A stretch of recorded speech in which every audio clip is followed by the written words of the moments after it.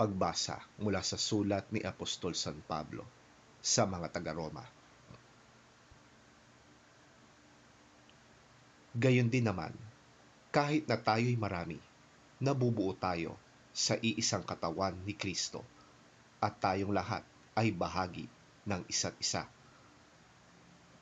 Tumanggap tayo ng iba't ibang kaloob ayon sa kagandahang loob ng Diyos, kaya't gamitin natin ang mga kaloob na yan. Kung ang ating kaloob ay pagsasalita ng pahayag mula sa Diyos, magpahayag tayo ayon sa sukat ng ating pananampalataya. Kung paglilingkod ang ating kaloob, maglingkod tayo. Magturo ang tumanggap ng kaloob sa pagtuturo.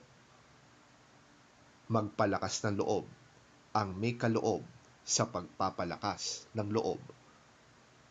Kung pagbibigay ang inyong kaloob, magbigay kayo ng buong puso. Kung pamumuno naman, mamuno kayo ng buong sikap. Kung pagkakawang gawa ang inyong kaloob, gawin ninyo yan ng buong galak. Maging tunay ang inyong pagmamahalan. Kasuklaman ninyo ang masama at makaibigin ang mabuti.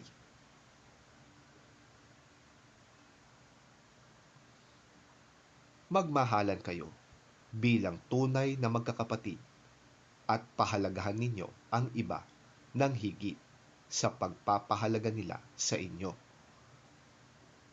Magpakasipag kayo at huwag maging tamad. Buong puso kayong maglingkod sa Panginoon. Magalak kayo dahil sa inyong pag-asa. Magtiyaga kayo sa inyong kapighatian at palaging manalangin.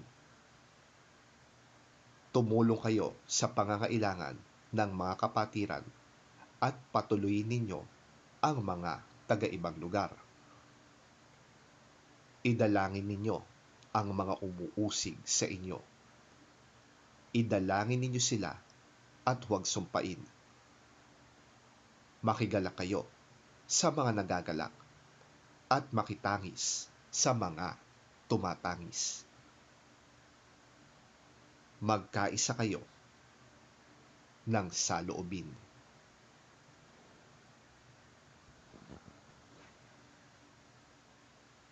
Ang salita ng Diyos. Salamat sa Diyos.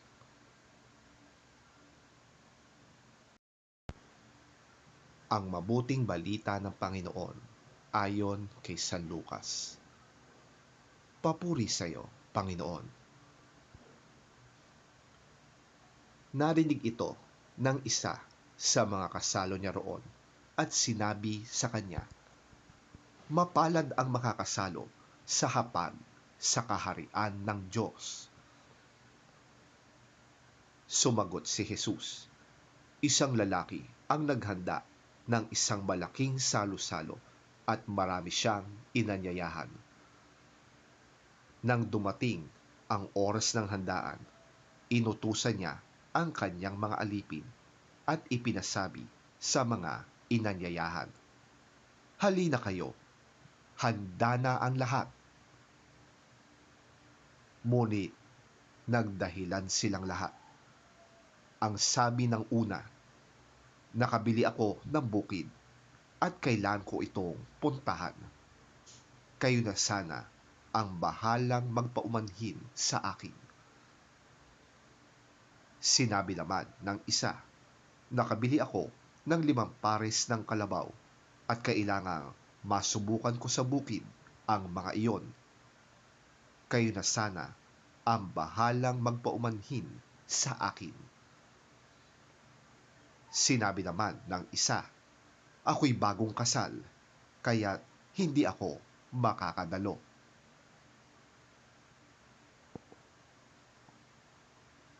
Bumalik ang alipin at ibinalita ito sa kanyang Panginoon. Nagalit ang Panginoon at sinabi sa alipin, 'Magmadali kang pumunta sa mga lansangan at sa makikipot na daan ng lunsod at isama mo rito ang mga mahihirap, mga lumpo, mga bulag, at mga pilay. At sinabi ng alipin, Panginoon, nagawa ko na po ang iniutos ninyo, ngunit marami pang bakanting upuan. Kaya't sinabi ng Panginoon sa alipin, pumunta ka sa mga lansangan at sa mga daan, at pilitin mong pumarito ang sino mang makita mo upang mapuno ang aking bahay. Sinasabi ko sa inyo, isa man sa mga unang inanyayahan ay hindi makakatikim ng aking handa.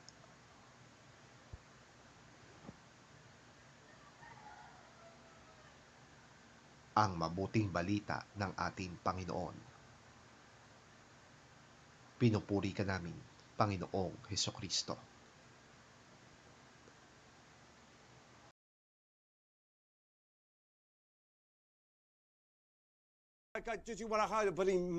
When one of those at the table with him heard this, he said to Jesus, "Blessed is the one who will eat at the feast in the kingdom of God."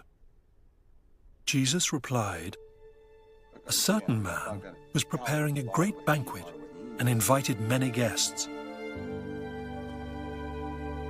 At the time of the banquet, he sent his servant to tell those who had been invited, 'Come, for everything is now ready.' But they all alike began to make excuses.